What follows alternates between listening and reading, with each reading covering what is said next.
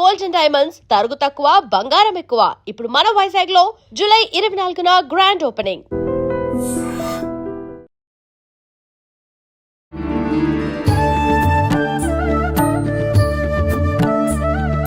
నమస్కారం, welcome to I dream. ధర్మ మార్గం విత్ విజిత కార్యక్రమానికి స్వాగతం. ప్రస్తుతం మనతో పాటు ఉన్నారు ప్రముఖ ఆధ్యాత్మికవేత్త ప్రొఫెసర్ సత్యనారాయణ మూర్తి గారు. ఇప్పుడు వారితో మాట్లాడి మరిన్ని విషయాలు తెలుసుకుందాం. నమస్కారం గురుజీ. నమస్కారం విజిత. గురుజీ, మనకి ఇప్పుడు ఆషాఢ మాసంలో బోనాల ఉత్సవం ఇదంతా ఒక ఎత్తు అయితే చివరన రంగంతో మనకి ఇదంతా కూడా ఎండ్ అయిపోతుంది. రంగము అనంటే పచ్చికుండ పైన వాళ్ళు జోగినీలు నించొని దాని గురించి అంటే భవిష్యత్తులో ఎలా ఉండబోతుంది ఏంటి రానున్న రోజుల్లో అని చెప్పటమే ఈ రంగం అంటారు. నిజంగా ఇది సాధ్యమే అంటారా? అంటే అందరికీ సాధ్యపడదు, కొన్ని కుటుంబాల వారు మాత్రమే దీన్ని కంటిన్యూ చేస్తూ వస్తూ ఉంటారు. ఇది ఎంతవరకు నమ్మొచ్చు అంటారు ప్రస్తుత రోజుల్లో? ధ్యాయేత్ పద్మాసనస్థాం వికసితవదనాం పద్మవత్రాయతాక్షీం హేమాభాం పీతవస్త్రాం కరకలతల సద్ధేమ పద్మాం వరాంగీం సర్వాలంకారయుక్తాం సకలమభయదాం భక్తనమ్రాం భవానీం శ్రీవిద్యాం శాంతమూర్తిం సకల సురనుతాం సర్వసంపత్ప్రదాత్రీం. ఓం శ్రీ బెజవాడ కనకదుర్గాదేవ్యాయ నమః.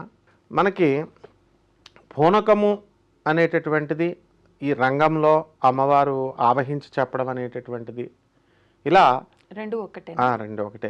అయితే ఇవన్నీ కూడా ఏంటంటే ఆవాహనం అనేటటువంటిది అమ్మవారిని మనము మన ఒంటి మీదకి ఆవాహనం చేసుకుంటాం. అయితే ఇది నిజంగానే ఉండేది ఒకప్పుడు. జగద్గురు అయినటువంటి ఆదిశంకరాచార్యుల వారిని కాపాలికుడు మరి నువ్వు అద్వైతం చెప్తున్నావు కదా, నువ్వే దేవుడు దేవుడే నువ్వు అని అంటున్నావు కదా, మరి ఈ శరీరం ఏమీ లేదు అంతా ఆత్మే అంటున్నావు కదా, మరి రా అయితే నీ శరీరం మీద నీకు మమకారం లేకపోతే నేను కాపాలిక మహాకాళికి నేను బలిచ్చేస్తాను కాపాలికుడిని నేనంటే వెళ్ళిపోతాడు ఆదిశంకర్లు. వెళ్ళిపోతే అతన్ని చంపబోతుంటే నరకబోతుంటే నరసింహస్వామి ఏం చేస్తాడు, ఒక శిష్యుడిలో ఆవాహనం అయ్యి వాడిని గోళతో చీల్చివతలు పారేస్తాడు. అంటే అక్కడ వచ్చింది అదే కరావలంబం స్తోత్రం. అప్పుడు అలాగే చితిలో కూడా ఈ యొక్క జగద్గురు అయిన ఆదిశంకరాచార్యులు పరకాయ ప్రవేశం చేసిన తర్వాత ఆయన శవాన్ని కాల్చేయబోతుంటే నరసింహస్వామే వచ్చి లేపి ఆయన కాలిపోకుండా ఆయన రక్షిస్తాడు. అంటే ఆ కాలంలో ఉండేవి. ఈ కాలంలో కలియుగం యుగ ధర్మాలు ఉంటాయని చెప్పేసి శ్రీకృష్ణ పరమాత్మ చెప్పాడు.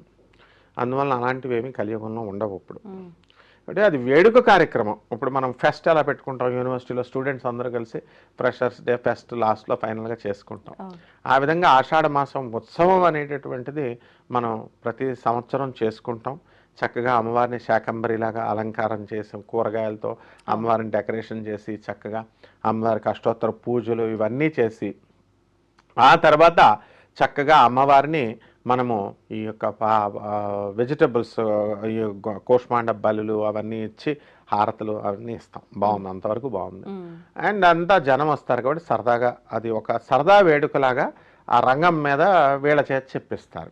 ఇప్పుడు అమ్మవారు ఆవాహనమైనటువంటి ఆమెకి రంగం మీద వచ్చినటువంటి ఆమెకి సాక్షాత్తు తల్లే ఆమె శరీరంలోకి వచ్చేసినప్పుడు ఆమెకి డబుల్ బెడ్రూమ్ ఇల్లు రేవంత్ రెడ్డి గారు లేకపోతే కేసీఆర్ గారు ఇవ్వాల్సిన అవసరం ఏముంది? సాక్షాత్తు దేవుడు మనమే అయినప్పుడు మన రంగం చెప్పేటటువంటి వాళ్ళకి ఆషాఢ మాసంలో మనకు మహంకాళి టెంపుల్ దగ్గర చెప్పే వాళ్ళకి డబుల్ బెడ్రూమ్ ఇల్లు కేటాయించాడు ముఖ్యమంత్రి.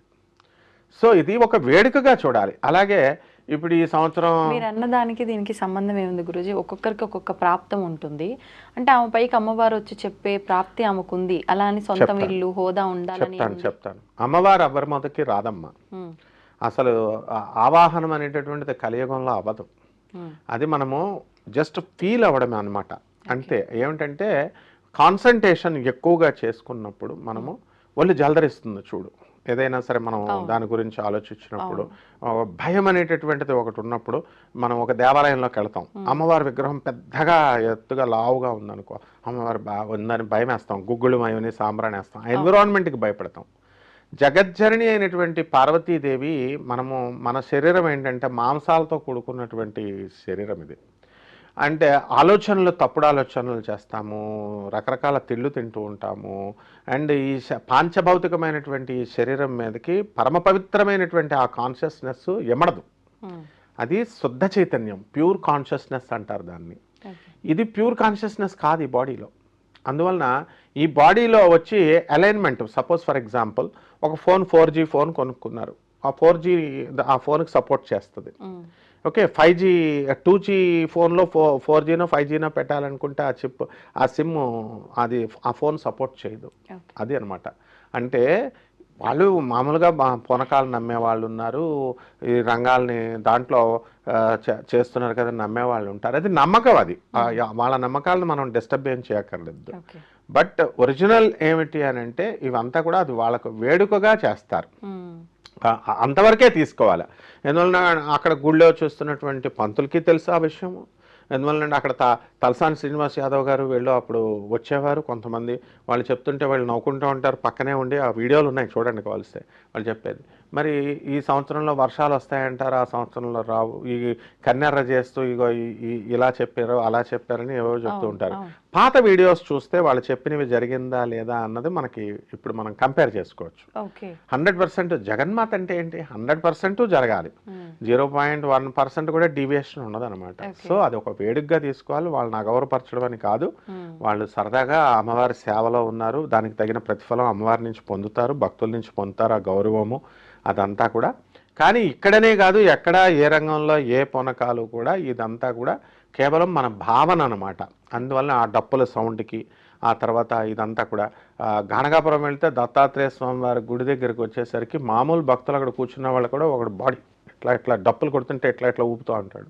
దాన్ని కొంతమంది హిస్టీరియా ఉన్నటువంటి పేషెంట్స్, ఆ తర్వాత మానసికంగా బలంగా లేనటువంటి వాళ్ళు లేచి అక్కడ స్టెప్స్ వేయడము ఇవన్నీ ఉంటాయి. అండ్ మన ఎవరైనా క్వశ్చన్ అడిగితే ప్రవచనకారులు కానీ స్వామీజీలు కానీ మొహమాట పడతారు, ఎందుకు వాళ్ళని మనం ఇబ్బంది పెట్టడము, మనకి ఇబ్బంది వాళ్ళకి అని. కానీ అందరూ అలా ఇబ్బంది అని మొహమాట పడితే ఊరుకుంటే కుదరదు. సత్యం ఏమిటన్నది తెలియాలి. కాబట్టి ఈ యొక్క ఆవాహనం అనేటటువంటిది కలియుగంలో లేదు, గతంలో మహాపురుషులైనటువంటి వాళ్ళకి ఆవాహనం అనేటటువంటిది ఉండేది. యోగ నష్టము శ్రీకృష్ణ పరమాత్మ చేశాడు, దీన్ని దుర్వినియోగం చేస్తారని. కాబట్టి ఎట్టి పరిస్థితుల్లో పెద్ద పెద్ద మామూలు చిన్నవాళ్ళు కాదు. నా చిన్నప్పుడు ఫిజిక్స్లో ఆయన పేరు కూడా వైఎస్ఎన్ అనేవాళ్ళము. ఆయన సిద్ధార్థ కాలేజ్ లెక్చరర్ విజయవాడ. ఆయన వెంకటేశ్వర స్వామి నాకు పూనుతుందనేవాడు. వాట్ సార్, మీరు ఫిజిక్స్ లెక్చరరు, మాకు చెప్పాల్సిన వాళ్ళు మీరు పోనడం ఏమిటి అని అంటే, అంతేనారా సత్యనారాయణ, లాస్ట్లో నేను స్టూడెంట్ అప్పుడు నేను 10 minutes మాట్లాడింది, నెవర్ ఇట్స్ నాట్ పాసిబుల్ అని ఫిజిక్స్ క్లాస్ చెప్పేసరికి, అంతేనంటావా, నేను ఇన్ఫాక్చుయేషన్లో ఉన్నాను అంటావా అన్నారు. అంతే సార్, అది ఇన్ఫాక్చుయేషనే, హాలూసినేషన్ సార్. మనం చచ్చిపోయేటప్పుడు యముడు బట్టలు కనబడిపోవడాలు, యముడు వచ్చేయడాలు కనబడుతున్నాయి, చావు నుంచి వచ్చేసి మేము బయటకు వచ్చామని చదువుకున్న వాళ్ళే చెప్తారు.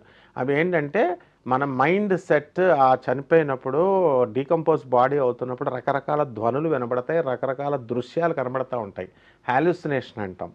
ఇప్పుడు మనం చనిపోయిన వాళ్ళ ఇంటికి వెళ్తే అలా అంతవరకు ఎందుకు 11 రోజుల దినం అవ్వకముందు మనం వెళితే వాళ్ళ ఇంటికి, వాళ్ళ ఆత్మ మన మీదకి వస్తుంది, అప్పుడు కొంచెం ఒళ్ళు జలధరించినట్టుగా అనిపిస్తుంది. సో ఈ సాక్షాత్ శుద్ధ చైతన్యం ఎప్పుడూ రాదు. అందువలన మాకు చిన్నప్పుడు తణుకులో పైడిపర్రు అనే ఊరుంది, అక్కడ ఆ పైడిపర్రులో దేవుడు గారు అనేవారు ఆయన్ని. కళ్ళు రెండూ లేవు, పండిపోయిన తల జుట్టుతో తెల్లని బట్టల వేసుకొని ప్రశ్నలకు అడుగుతారు. ఏదో ₹2 తీసుకునేవారు, అంతేగాని ఇలా ఇలా ఇలా అలా ఊగి ప్రశ్నలకు సమాధానం చెప్తారు. చెప్తే ఆయన్ని మనం ఏమనేవాళ్ళం కాదు, రెస్పెక్ట్, పెద్ద ఆయన చెప్తున్నాడు, డబ్బులు కమర్షియల్ కాదు. ఇప్పుడు ఏకంగా ఎలా తయారైపోయారంటే ఇప్పుడు ఉన్నటువంటి వాళ్ళు భార్య శుక్రవారం నాడు టైమింగ్స్ కూడా ఉంటాయి వీళ్ళకి, అమ్మవారు రావడానికి. పార్వతీదేవి ఏమంటే దుర్గాదేవి శుక్రవారం వచ్చేస్తుందండి, అందువలన గురువారం ఎక్కడున్నా సరే నేను వెళ్ళిపోవాలండి. అతను చేసే వృత్తి తాపీ మేస్త్రి. ఆయన భార్య పోనీ అమ్మవారు వచ్చి మరి ఈమె మీదకి వస్తే అంతా నేను అలంకారాలు చేసేయాలి, నిమ్మకాయలు అవన్నీ పెట్టేసేయాలి. శుక్రవారం టైమింగ్ అండి, ఆ టైమింగ్లోనే వస్తుంది. మళ్ళీ ఆ టైమింగ్ సాయంత్రం వరకే వాళ్ళ బిజినెస్ టైమింగ్స్ అనమాట. అది అయిపోయిన తర్వాత మళ్ళీ పంపించేస్తారు అమ్మవారిని. సో ఇట్లా చేయకూడదు అనమాట. సో ఎట్టి పరిస్థితుల్లో కూడా యూట్యూబ్లో మనం చూసాము, అక్కడ చూసాము చాలామంది పూనకాలు అంటే ఏంటంటే ఎగ్జాక్ట్గా పూనకం వస్తే, జగన్మాత వస్తే ఎగ్జాక్ట్గా అన్ని విషయాలు చెప్పగలగాలి అట్ ఆల్ టైమ్స్. అన్నీ ఏ విషయం ఏదో ఒకటి ర్యాండమ్గా ఒకటి చెప్పడం కాదు, అది వీళ్ళ వల్ల కాదు. అలాగే కర్ణపిశాచి వస్తుంది నా మీద కానీ ఒకడు, అమ్మా బాగున్నావా అమ్మా, అవుతుందా ఆహా అన్నాడు. మొన్న ఒకసారి ఏమైందంటే మా మేస్త్రి గారి ఇంట్లో ల్యాప్టాప్ పోయింది. వాళ్ళ అద్దెకి ఇచ్చాడు స్టూడెంట్స్కి, చదువుకున్న పిల్లలకి. జంగారెడ్డిగూడెంలో ఒక ఫూలిష్ ఫెలో ఇలా పూనకాలు వస్తాయి, కర్ణపిశాచి వస్తుంది అనేటటువంటి వాడి దగ్గరికి వెళ్ళారు. ఆవిడ ఫోన్ చేసి అడుగుతారు. అడిగితే ల్యాప్టాప్ ఎక్కడ ఎవరు పోయిందంటే ఆ బ్యాచిలర్స్ దొబ్బేశారని చెప్పాడు. చెప్తే ఈవిడ వెళ్ళి ఆ యజమానురాలు వెళ్ళి ఆ బ్యాచిలర్స్ని, ఇదిగో మీరు తీసేశారు కదా, ఇచ్చేసేయండి ఆ ల్యాప్టాప్, ఇచ్చేయండి అమ్మా అని అంది. ఆ తర్వాత ఎత్తుక్కుంటే ఇంకొక గదిలో ఉంది. ఇలా ఉంటాయన్నమాట. So never blind. వాళ్ళ హర్ట్ అయి పాపం వాళ్ళు బాధపడ్డారు. అలా ఉంటుంది. కాబట్టి ఎట్టి పరిస్థితుల్లో కూడా ఈ యొక్క పూనకాలు కానీ ఇవన్నీ కానీ వేడుకలు అమ్మవారి ఉత్సవాల్లో ఒక భాగంగా చూడాలి. సరదాగా చేసుకోవచ్చు. ఇప్పుడు ఫెస్ట్కి డాన్సులు వేస్తాము, ఇవన్నీ చేస్తాము, వేపాకులు కట్టుకుంటాము, ఇవన్నీ చూడాలి తప్ప వాళ్ళకి సూపర్ న్యాచురల్ పవర్స్ వచ్చేసినట్టు, అమ్మవారు ఆవాహనం అయిపోయినట్టు ఇవేమీ ఉండవు అనమాట. సో ఇదే సత్యము, ఇది నిజము, ఇదే నిజమమ్మ. ధన్యవాదాలు గురుజీ. ధన్యవాదాలు.